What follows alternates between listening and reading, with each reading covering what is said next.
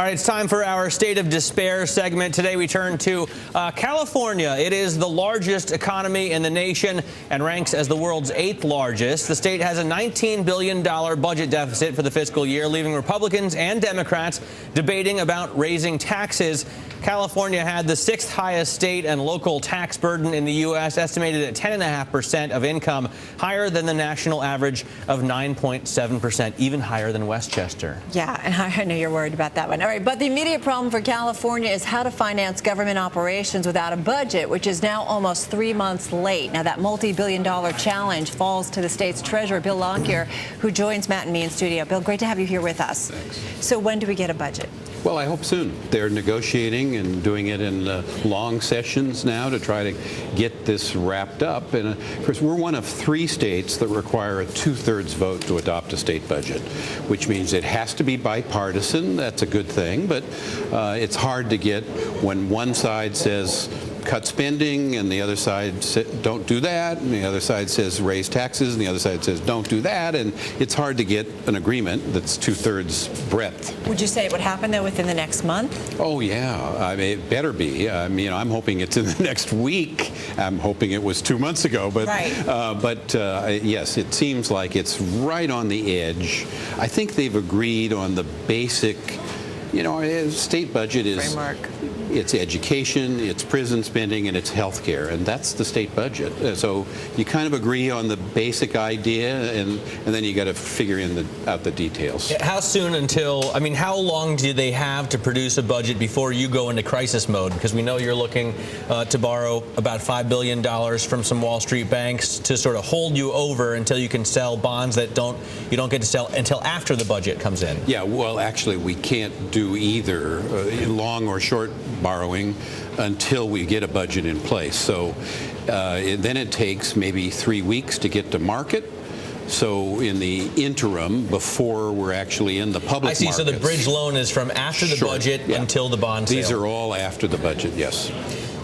So you need the money now, or you're going to have to start writing IOUs again? Well, as I recall, the latest cash management numbers were about $7.4 billion in accumulated bills. Most of that is money that should have been sent down to local schools and local agencies. That's almost 70% of the state budget is that kind of transfer. And they've been experiencing deferred payments and living off of reserves or borrowing locally to pay the bills. So there's a lot that'll come due as soon as the budget gets adopted. In other words, you're already in crisis mode. Well, I don't know what you call that, but it means it would be much better to have had a budget adopted before this, and we're probably not going to issue IOUs, I certainly hope not, unless there's a prolonged continuing delay. So prolonged delay, Bill, would mean what? Is there kind of a breaking point this year, whether it's November or so on, that it complicates the whole situation? The reason, and then IOUs can become the reason you can't definite. say, well, the day of reckoning is X, is that the revenues and expenditures vary every day. Mm-hmm. So you just kind of keep looking at the daily cash figures to figure out how you're doing. And we know there's that date out there at some point, but we don't have a precise date. Are the revenue figures getting any better? We look at the economy. They're improving modestly, and I need to be disputative about the tax numbers only because if you add in local taxes in California and take a per capita number, we're 21st among the 50 states. Not lower than. Hey, let me ask a question. Yeah. Speaking of revenues and taxes, that I don't know how serious it is, but a lot of people will say, look at California, medical marijuana, the possible legalization of marijuana. Mm-hmm. They should tax that, and it could turn into serious revenue. Is that a serious conversation to be having, or? Well, it's on the ballot.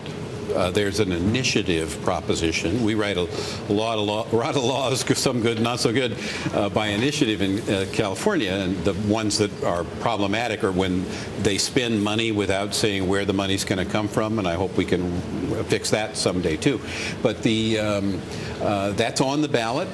Recent polls make it about an even vote. But I mean, as far as the amount of money, well, is it a helpful amount that we're talking about? Is it substantial? There's arguments about both how much money would come in and then what are the associated social costs that make you spend that money because you've legalized. So, I think if you have 3 economists, you probably have 5 different opinions about the matter.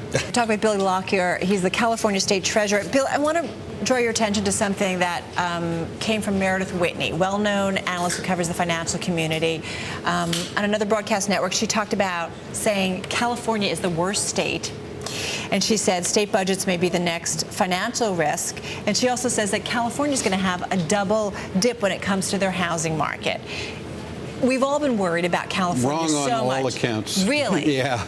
Okay. Yeah. The housing market back on track? Yeah, well, it depends on the region. So the Bay Area is very strong. Much of the Los Angeles region is very strong. It's those inland areas, San Bernardino, Riverside, and some others that are at Central Valley that are still very weak. But the double dip is the fear, right? I mean, I know San Diego's picked up as well, but will it come back down? Well, the state is 80% the coastal population and housing stock. So, so those areas that are where people were speculating, they're underwater, they're going to still experience some foreclosures. But we lost a lot of construction jobs. That's what caused most of our downturn. But we grow at almost 500,000 people a year. So eventually it comes back just because of that natural growth. So in terms of the housing market, it may not be jumping up. The trend line might not be growing strongly, but you're saying you're not going to see any more of a downturn. It's a slow, well, it will vary a little bit the area, but it's a slow growth upward. It's a good point that a lot of people still come to California. You still see a huge inflow of people across the country and people from other countries pouring into California to set up homes, to set up lives there. Right. So right now we're seeing multiple apartment permits increasing those numbers because that's sort of the first stop. But eventually they're home purchasers and so on. What do you do? Because California's had budget problems many times, and it seems to be an ongoing problem, and some would say that this costs the state longer term. How do you get out of that cycle? How do you break that cycle? Well, discipline among policymakers. But are we going to get that? I hope so. We need some grown-up, old-fashioned problem solving on both parties. As I say, the Democrats need to realize that they're not going to get tax increases like they would wish, and the Republicans need to get rid of the ideological can't and work together to use the money we've currently got smartly. And if we did that, we'd make some progress. Now, we have a sort of legacy deficit, the structural deficit. Whomever the next governor is, I think it's Brown, but whomever it is, it seems to me we ought to set the legacy deficit aside, balance the budget, do it in a way that you can't get out of balance because of what the rules are that are rigorous and constitutional, and then pay down that legacy debt in a smart, long-term way. That's what we need to do to get it straight. Now, remember, we've got the kids. We've got the consumer pool, the diverse population, the window on the Pacific, the most vibrant, diverse economy in the United States. Our future is a good one, but this is a bad time, and we tend to be higher up when the country is up and lower when the country is down, and we're going through that cycle right now. California's like the rest of the country, only more so. Yeah, you got it. Bill, thanks so much for joining us. Bill Lockyer, California State Treasurer.